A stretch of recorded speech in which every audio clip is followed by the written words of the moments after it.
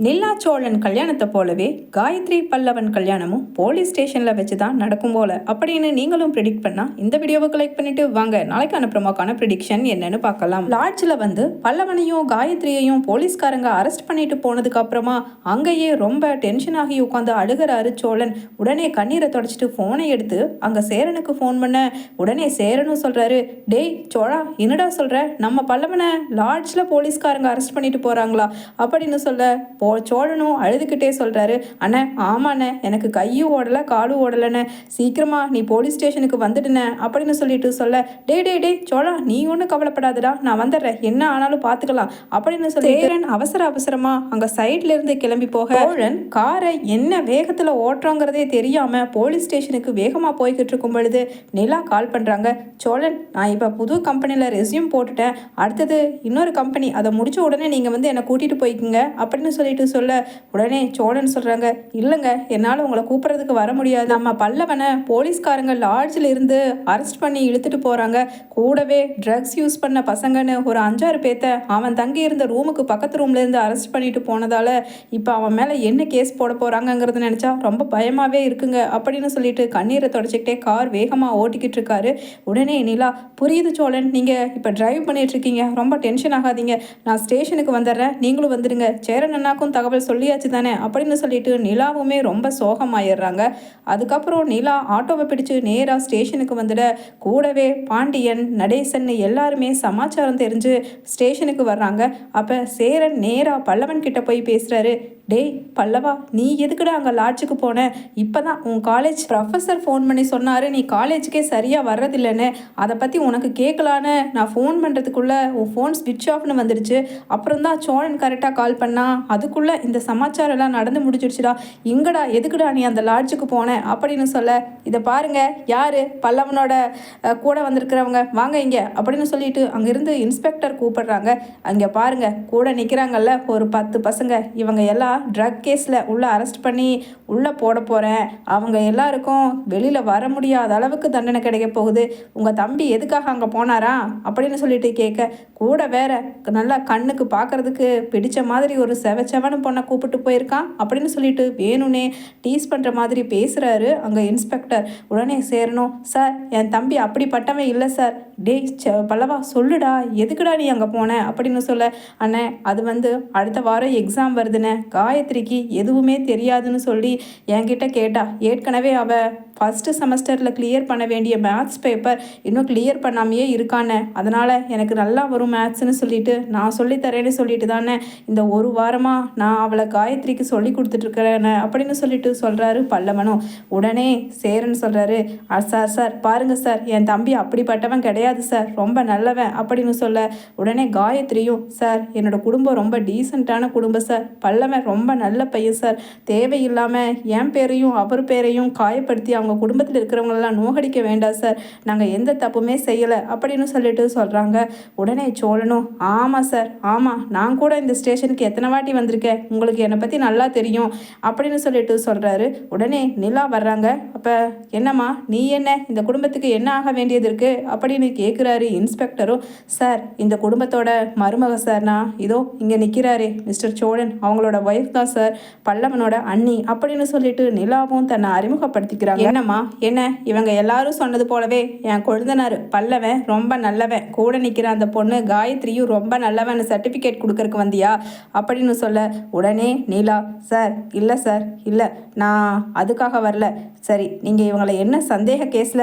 பிடிச்சிருக்கீங்கிறது எனக்கு புரியுது, அந்த மாதிரி பொண்ணும் பையனும் இல்லைன்னு எல்லாருமே சொல்லி பார்த்தோம் நீங்கள் கேட்க மாட்டேங்கிறீங்க, அதனால தான் நான் ஒரு முடிவுக்கு வந்து இந்த பிரச்சனையை இவன் மேலே கேஸ் ஃபைல் பண்ணாமல் இருக்கிறதுக்கும்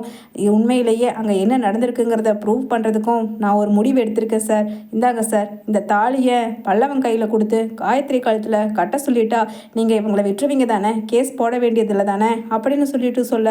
உடனே அதிர்ச்சியாகி பார்க்குறாங்க குடும்பத்தில் இருக்கிற எல்லாருமே. உடனே நடேசனும், என்னம்மா நீ இப்படி பொசுக்குன்னு சொல்லிட்ட, அந்த பிள்ளையோட ஆத்தா அப்பெல்லாம் காதில் கேட்டால் என்ன நினைப்பாங்க, பெற்று வளர்த்து ஆளாக்குனவங்கல்ல அப்படின்னு நடேசனும் சொல்ல, உடனே அங்கே நிலா சொல்கிறாங்க, அங்கிள் இப்போதைக்கு நம்ம நிலாவோட சேஃப்டிக்காகத்தான் நம்ம இப்படி பண்ணுறோம் அப்படின்னு சொல்ல, உடனே இன்ஸ்பெக்டரும் என்னம்மா என்ன, அப்போ நீ போலி கல்யாணம் திருட்டு கல்யாணம் இங்கே பண்ணிவிட்டு இவங்களை வெளில கூட்டிகிட்டு போய் பிரித்து விட்டுலான்னு பார்க்குறியா அப்படின்னு சொல்ல, உடனே அங்கே நிலா சொல்கிறாங்க நடேசன் கிட்ட, அங்கிள் நான் இதெல்லாம் உங்களுக்கு புரிகிற மாதிரி அப்புறமா சொல்கிறேன் அப்படின்னு சொல்ல, உடனே இன்ஸ்பெக்டர் சொல்கிறாரு, இதை பாருமா, நீ சொல்கிற வழியில்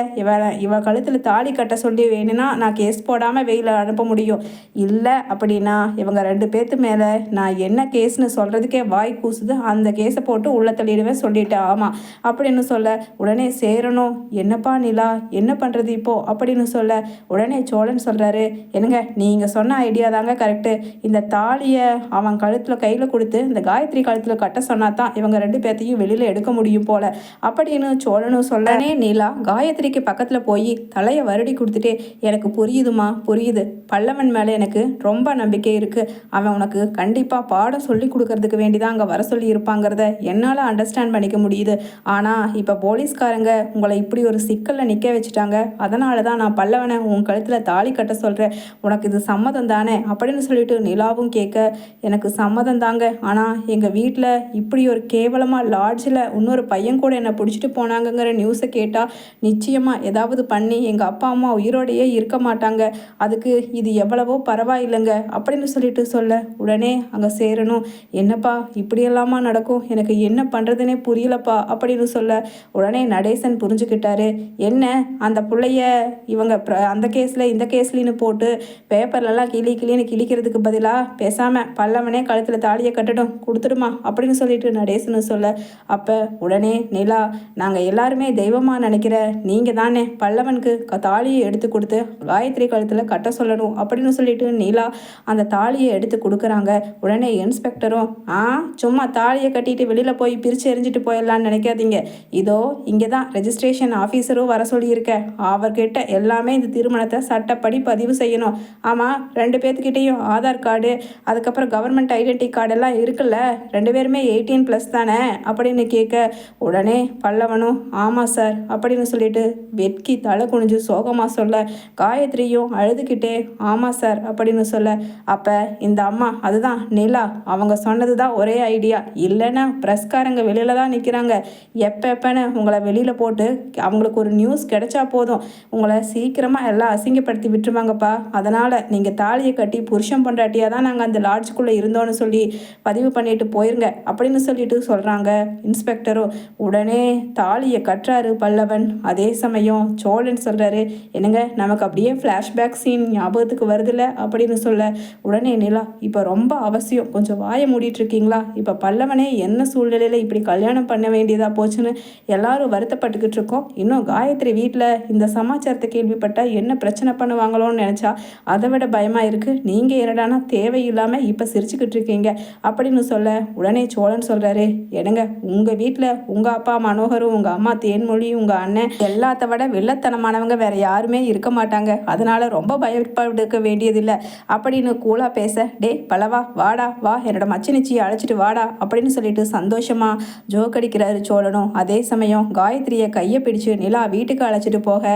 நடேசன் சொல்கிறாரு, என்னம்மா மூத்த மருமகளே என்னோட இளைய மருமகளுக்கு ஆரத்தியை எடுமா அப்படின்னு சொல்லிட்டு சொல்ல, உடனே அங்கே நிற்கிற சந்தாவூர் ரெடியாக வந்து ஆரத்தி எடுக்க எல்லாருமா சந்தோஷமாக வீட்டுக்குள்ளே போகிறாங்க.